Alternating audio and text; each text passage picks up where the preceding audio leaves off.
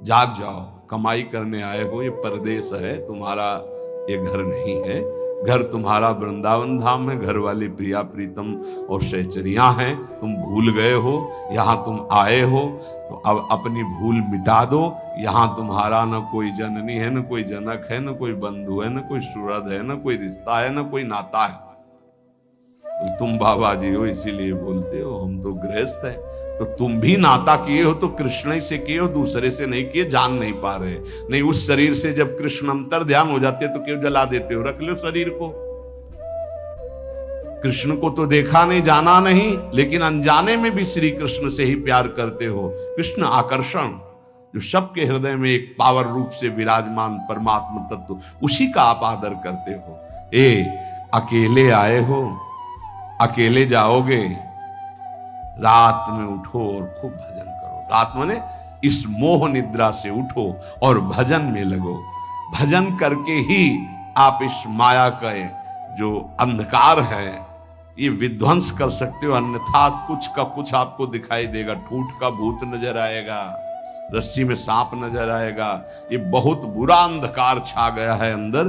कुछ नहीं है, किसी भी भोग में सुख नहीं है, किसी भी संग्रह में सुख नहीं, पर बुद्धि मलिन है, इसीलिए इसी में लगी। हमारे आराध्य देव की हम पर बहुत कृपा हो गई है। ये जो सत्संग आप सुन रहे हो, मंत्र महिमा, नाम महिमा, ये बड़े बड़े महान रस में डूबे हुए हमारे लिए ये गा रहे हैं। इसलिए पकड़ लो, जो तुम्हें मंत्र मिला है, जो नाम मिला है, इसकी परिपक्व अवस्था तुम्हारे और कृपा से, दोनों से होगी। तुम्हारी कृपा जरूरी है, वैसे सबकी कृपा हो गई है, बस आपकी कृपा बकाया रह गई। आप अपने ऊपर कृपा कर लो, किसी के आशीर्वाद की जरूरत नहीं। आप अपना आशीर्वाद अपने ऊपर कर लीजिए। दूसरे के तो बहुत आशीर्वाद हैं, आपका आशीर्वाद आपको नहीं मिल रहा है, बस इसीलिए आप परेशान हैं। आपका आशीर्वाद, हाँ, अपने ऊपर कृपा कर लीजिए। आप अपने आशीर्वाद से अपना उद्धार कर लीजिए।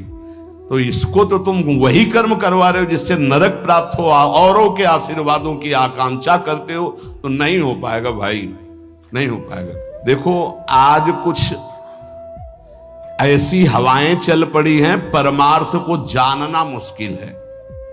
कैसे कैसे कैसे नौटंकी नाटक, मतलब आश्चर्य होता है कि तुम उपदेशक के मंच पर बैठकर ऐसे कैसे बोल सकते हो। अगर बोलने को तुम्हें सौभाग्य मिला है तो जो सुखदेव जी ने बोला है, व्यास भगवान ने बोला है, श्री कृष्णचंद्र जो बोले, वो बात बोलो जिससे वो कान में जाए, समझे ना समझे मंगल होगा। ऐसी वार्ता तो ना बोलो जिससे सत्य मार्ग का अस्तित्व ही लुप्त हो जाए सुनने वाले के हृदय से। आज बहुत संकट में धीरे धीरे हमारे धर्म ग्रंथों का रहस्य पड़ता चला जा रहा है, क्योंकि इनके लिए जो हम मंत्र जाप करके बुद्धि पवित्र होती, सो अर्थ बता सके। नहीं तो केवल मनोरंजन रह गया कि सामने वाला केवल प्रसन्न हो जाए, इसके लिए शास्त्र रचे गए। हमारे सामने तो हमारा काम बन जाए, ये शास्त्र है। शास्त्र का ये स्वरूप नहीं है। तुम्हारी जेब भर जाए जो जन्म जन्म से खाली रही, किससे? नाम से भर जाए। तुम्हारी नाम में रति हो, भगवान में रति हो, तुम्हारा ये जीवन मंगल में सुख में जाए। अगर कहीं अगला जन्म हो तो तुम महाभागवतों के रूप में जन्मो, तुम्हें माया फंसाकर रोन न सके। इसलिए सत्संग है, इसलिए धर्म शास्त्रों की रचना। भगवान को कुछ बोलने की जरूरत थी क्या? जिन्होंने इस माया प्रपंच को रचा, उन्होंने माया मुक्त करने के लिए सूत्र रच दिए। ऐसे चलो तो फंसोगे नहीं, ऐसे चलो, गेम है गेम। ये भगवान ने अपने आप से, अपने आप में खेल रचा है। तुम भी उसी अपने आप में अपने आप को देखो, मुक्त हो जाओगे। अब यहां केवल सामने वस्तुएं रखी हैं, केवल भोग सामग्री, केवल पद प्रतिष्ठा, केवल संसार का अस्तित्व, और ये संसार का अस्तित्व इन सबको मिटाने वाला है, और हम सजाने वाली बात करते हैं। बहुत बहुत अपने कानों को प्रायः बचा करके रखो। जहां सत्य मार्ग की चर्चा मिले तो सुनो, नहीं तो नाम जप करो, एकांत सेवन करो। ऐसी कोई बात मत सुनो जो नाम रूप लीला धाम से आपको विलग कर दे, नहीं तो जीवन की बड़ी भारी हानि हो जाएगी। और उपासक, अपने आराध्य देव को सबके दर्शन से बचावे। ये बड़ी गूढ़ बात हम आपको कह रहे हैं। अब जब खुल करके जैसे यहां सेवा हो रही हो बात अलग है, जब उनका आदेश हो जाए, नहीं तो अपने आराध्य देव के दर्शन से, जैसे कहते हैं ना सबकी श्री जी, सबकी श्री जी नहीं, ये तो हमारी श्री जी है। हम चाहेंगे तो आपको दर्शन करने देंगे, अन्यथा नहीं करने देंगे। इस पे तुम्हारा अधिकार नहीं है। अपनी जो श्री जी हैं इस पे केवल अपना अधिकार है। पूज्यपाद शिवड़िया बाबा जी महाराज, परमात्मा सर्वव्यापी सबकी वस्तु है, पक्का, पर प्यारे लाड़िले प्रभु अपनी वस्तु हैं। जो हमारी पूजा में विराजमान, हम छूने दे ना छूने दे, पूजा करने दे ना करने दे, दर्शन करने दे ना करने दे, इसमें मेरा पूर्ण अधिकार है। ये सबकी वस्तु नहीं है, ये सिर्फ हमारे हैं। जैसे पृथ्वी पर सबका अधिकार है, लेकिन उस पृथ्वी में हमने मकान बना लिया, अब मेरा अधिकार घुसने दे ना घुसने दे, आने दे अंदर ना आने दे। पृथ्वी पर सबका अधिकार, परमात्मा पर सबका अधिकार है, लेकिन जो हमने प्रभु की सेवा विराजमान की, इस पर सिर्फ मेरा अधिकार है।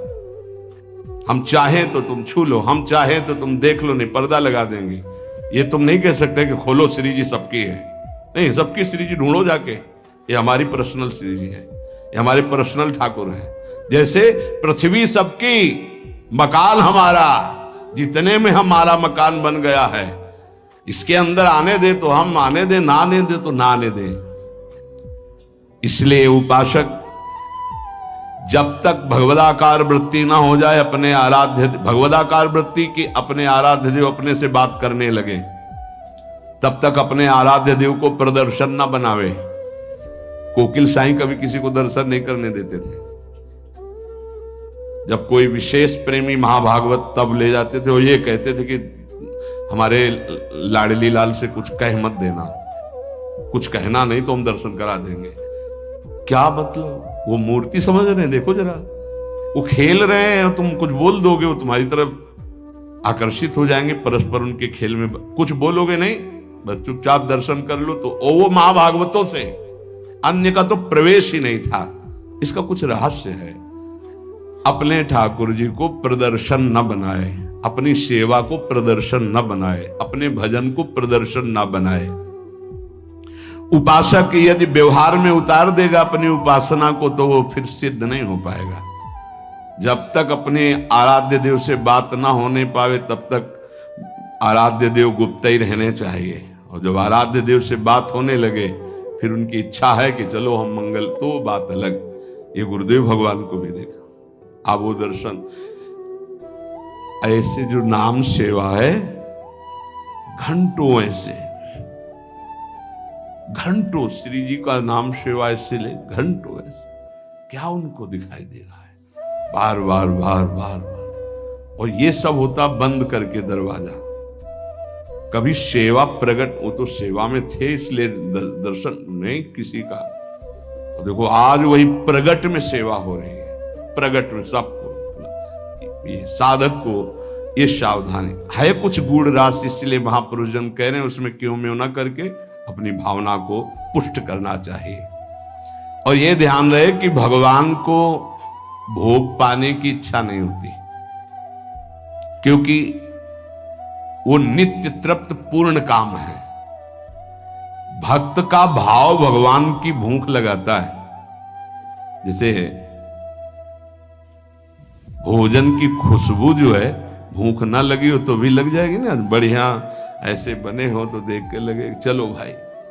ऐसे ही भगवान के अंदर भूख पैदा होती भाव से, भक्त का भाव। अगर भाव नहीं है तो पूज्य बाबा कह रहे भगवान नित्य तृप्त पूर्ण काम है, उनमें कभी भूख पैदा नहीं होती। जब सेवा करने वाला देखा है हमने कि 2 रोटी सबसे भूख लगा, फिर गरम गरम रोटी घी लगा के दौड़ के जा रहे हैं, एक एक परोसते जा रहे हैं। ऐसे एक साधक छोटे छोटे टुकड़े करके पवाते जा रहे हैं, एक व्यजन कर रहे हैं, पंखा कर रहे हैं, बीच बीच में थोड़ा अनुकूल जल पिलाते हैं, कभी मीठा पवार भाव। उपासक को चलते फिरते, उठते बैठते, खाते पीते, हर समय जब अपने इष्ट की स्मृति में रहेगा तब इष्टाकार वृत्ति होती है। और इष्टाकार वृत्ति जीव ही हुई तो भूत भविष्य वर्तमान तीनों काल का ज्ञान हो जाता है उसे। क्या हुआ है, क्या हो रहा है, क्या होगा, इष्टाकार वृत्ति होती है। किसका? जगत का नहीं। जगत का चिंतन तो कब छूट गया, अपने इष्ट का। पूर्व में क्या लीलाएं हुई, वर्तमान में क्या हो रही, आगे क्या होने वाली है, ये ज्ञान प्राप्त हो जाता है। जहां कृष्णाकार भगवदाकार इष्टाकार वृत्ति हुई, फिर उसके लिए कुछ दुर्लभ नहीं रहता। सब ज्ञान, सब रहस्य, सब प्रेम, साक्षात्कार, सब कुछ, लीला दर्शन, सब। खास बात है इष्टाकार वृत्ति। वो कैसे होती? बोले उठते बैठते, चलते फिरते, खाते पीते, हर समय इष्ट की स्मृति, इष्ट का ध्यान। उपासक कब समझे कि हमारी भक्ति चरम लक्ष्य में स्थित हो गई है? बोले जब केवल प्रेम ही प्रेम की मांग रह जाए, दुख सुख मान अपमान इनकी कोई भान वृत्ति न रह जाए, और केवल प्रेम ही प्रेम, प्रेम में प्रेम की चाह, तब समझे भक्ति का चरम लक्ष्य जागृत हो चुका है। तुम्हें कोई गाली दे, तुम्हारी भाषा में खूब अच्छे से समझते हो, तुम्हें ऐसे दुख ना हो जैसे कोई तुम्हारी विदेशी भाषा में तुम्हें गाली दे, जिस भाषा को नहीं जानते, तो तुम उसके मुंह की तरफ देख करके बस चल दोगे, मुस्कुरा, कुछ बोल रहा है बस।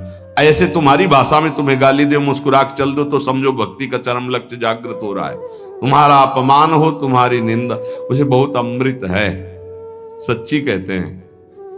तिरस्कार, अपमान, निंदा, ये भगवान की प्राप्ति करा के ही रखती है भक्त को। अनुकूलता, नमस्कार, सम्मान, प्रणाम, भगवान बचावे, ये जहर कभी पीने को ना मिले। अगर ये जहर मिल जाता है तो फिर आगे कदम नहीं बढ़ पाते परमार्थ के। ये देह बुद्धि कब नष्ट होती भक्त की, कि मैं स्त्री हूं, मैं पुरुष हूं। बोले जब भगवत बुद्धि जागृत हो जाती है, सबसे पहली प्यारी चीज है भगवत स्मृति। इतनी याद में खो गया कि देह की स्मृति नहीं रहे, और पूर्ण रूप से देह भाव का त्याग होता है भगवत साक्षात्कार के बाद। महाराज जी, भगवान में प्रेम होना तो बड़ा कठिन है, वो दिखाई तो देते नहीं। मतलब दिखाई दे तो ज्यादा जल्दी प्रेम हो जाए, अब देखा तो है नहीं तो कैसे प्रेम करें? उनके नाम से,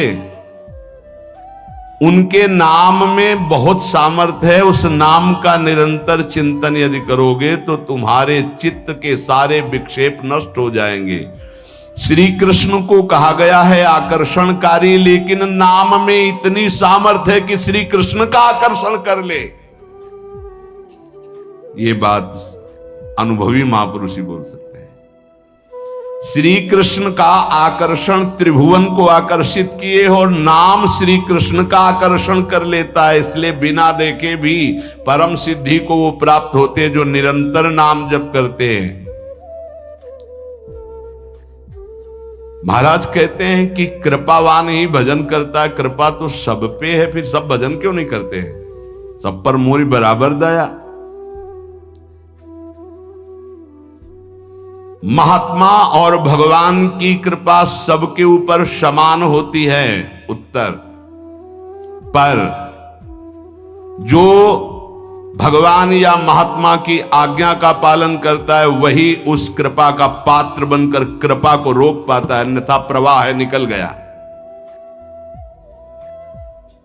जो महात्मा या भगवान की आज्ञा में स्थित रहकर परिस्थिति के अनुसार ना चलकर उसमें अंतर ना आने दे, परिस्थिति के अनुसार। बोले दुखद परिस्थिति आई, भजन छूट गया, आज्ञा का पालन नहीं हो पा रहा, ऐसा नहीं। सुखद परिस्थिति आई, फूल गए, प्रभु को भूल गए उनकी आज्ञा, ऐसा परिस्थिति के अनुसार नहीं। वो भगवत प्रसाद वो महापुरुषों का प्रसाद प्राप्त करता है जो उनकी आज्ञा में पूर्णतया स्थित रहता है।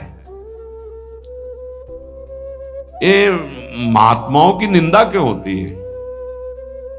बड़े बड़े महात्माओं की ये निंदा क्यों होती है? जब इस कोटि के महापुरुष होते हैं तो उनकी निंदा संसार में के लोग क्यों करते हैं? दो स्वरूप हैं, एक है भक्ति, दूसरी है माया। जब वो भक्ति या ज्ञान के द्वारा सिद्ध होते हैं तो जो माया के सिद्ध होते हैं उनके हृदय में अपने आप द्वेष हो जाता है। माया सिद्ध कामी, क्रोधी, लोभी, मोही, ये देखते हैं जब संतों को तो अपने आप इनके आग पैदा हो जाती है। ये कुछ है ऐसा कि ये माया के पार्षद जो है ये आए देखने के लिए थर्मामीटर डालने के लिए, पर वो थर्मामीटर भक्तों में होता, मायावियों में तो होता नहीं। भक्ति से जान सकते हो, माया के द्वारा नहीं। तो महापुरुषों की जब प्रभाव और यश का विस्तार होता है तो जो मायावी जन होते हैं, माया के दास होते हैं, उनके हृदय में भयंकर द्रोह पैदा हो जाता है, द्वेष पैदा हो जाता है। इतनी जलन उनको होती है कि वो किसी भी तरह मिटा पाए, बस ये बात होती है, किसी भी तरह मिटा पावे। पर सीम की चाप सके को तासु बड़ रखवार, रमापति जासु जिनके भगवान रक्षक हैं उनको कौन नष्ट कर सकता है। तो इसलिए उपासक को यह भी तैयारी रखनी है कि अपमान, निंदा, तिरस्कार ये हमारे इस मार्ग के पुरस्कार हैं। मिलेगा, मिलता रहा है, मिला है, मिलेगा, पक्का।